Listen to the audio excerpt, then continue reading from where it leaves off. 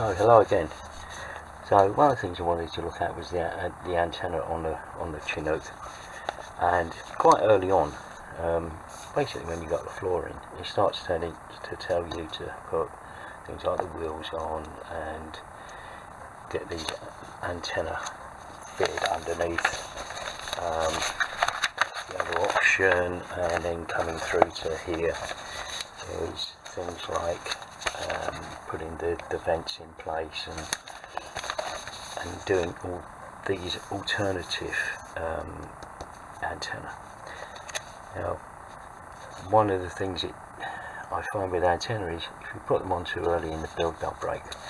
So I tend to not put them on at all until I get right at the end, after I've completed the painting of the model itself. And one of the things that it gives you here is an alternative aerial antenna setup. The version of the Chinook that I've seen, version A, with this particular aerial or antenna, doesn't match these fixing points at the side of the fuselage, which are these holes along here. Now, two of them do, which are those two, but the rest don't. So they all need to be filled, and that's done there. And the actual antenna itself is here. Unfortunately, there was a bit of a sink mark there, but as you'll see, it doesn't line up at all. It does with those two, the rest don't. So yeah, so that's another thing, but it doesn't tell you that in the instructions. It doesn't mention the fact that if you use this alternative, you're going to need to trim all these off, because if you look at your reference photographs, those square plates aren't there. In fact, the nearest thing on my reference photographs to what is actually there are these points that have been put there, and they look pretty much exactly what I've got on the reference photographs. So there's a lot more to do before you can start putting all of those on, and things like, you know, the rotors and all the rest of it. And the same with any of the options that you choose. You know, it's tricky. They don't tell you that. So I've got all of the antenna selected from the kits of parts, and they're all sitting here at the moment in little crocodile clips, and they've all been given a coat of primer at this stage. So the next stage will be to give them a top coat of the appropriate green, and once all these parts have been done, then the bodywork will get a coat of primer and paint, and yeah, with the paint. The other thing that I said before was this particular thing here. I'm still working on that, and so we'll get back to you in a second, well, in your time, and probably a day or so in mine, and we'll give you a further update. Well, good morning once again. Like I say, a couple of seconds for you guys, and it's been 2 or 3 days, I think 2 days. So where are we at now? Well, the underside is now all in place. The tailgate's in place. At the moment, what I've done is it's fitted properly in here. I've just got it pulled up into place here to allow some PVA glue to set on these joints, and then once that's set off, I can take this masking tape off and then spray that side. I've done this side. Just started a blow through on that, just to look at some of the lines and things, just to make sure everything was okay. And yeah, that appears to be done okay. The engine cover here, we've sorted the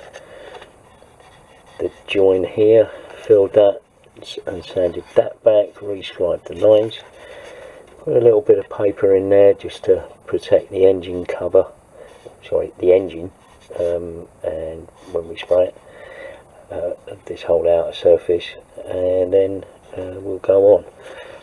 At the sides here, the square pieces here have all been taken off, and the only holes that I left were those two that lined up, and the rest is all filled, sanded back, and the panel lines rescribed. So the next stage is whack a load of primer on it. Now the primer I use is Mr. Surfacer, or Mr. Finishing Surfacer 1500 Black. I find this goes down really well, and although it stinks, so you need to do it in a well ventilated room or with a spray booth. So what I'm going to do now is give the front half of the Chinook a coat of primer and let that set off. I have to do it in stages. I think I'll do the top sort of 3/4 and then let that dry,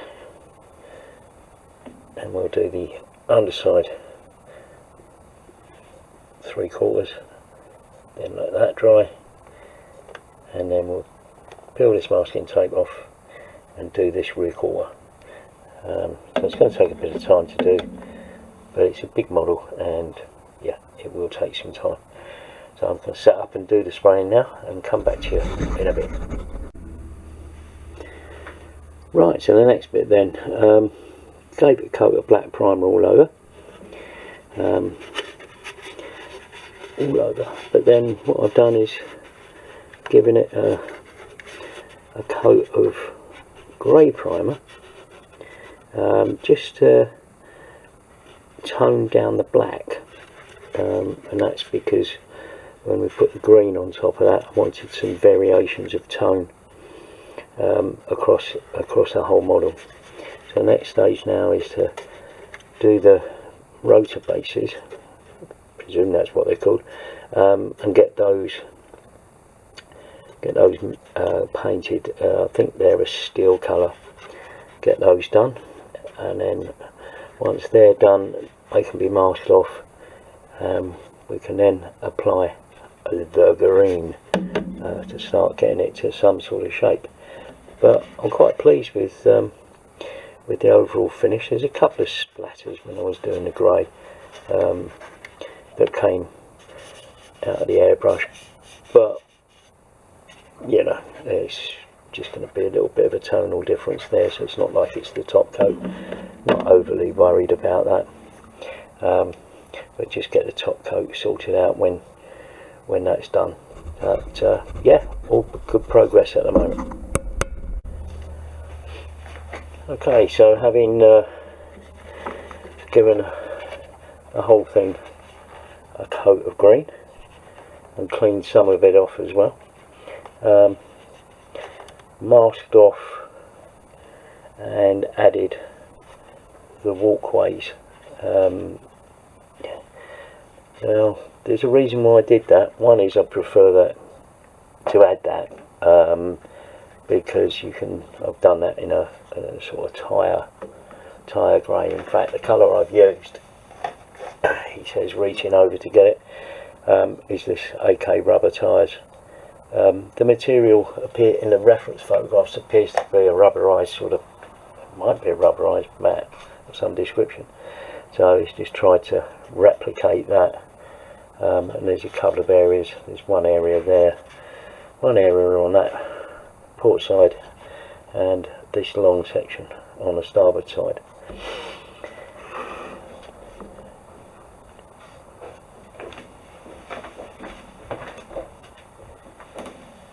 And there's a reason why I've done that. Go back to section 19 on the instructions. I think I pointed this out before, the location of this particular part here. The reference photographs have it as I've got it here. Seems strange, and like I said, the curvature of the fuselage, it didn't sit very well. When I got on to looking at the paint schemes, one of the things that I noticed was that, well, one is the paint scheme's got panels on it that aren't actually on the model, which doesn't help. But also this appears to be quite a good deal over from the centre sort of spine of the fuselage. So you have the central spine of the fuselage there, and then I've got that there. But if I do that and use the kit decals, the actual kit decals goes over the top of that, and over the top of that, and over the top of that.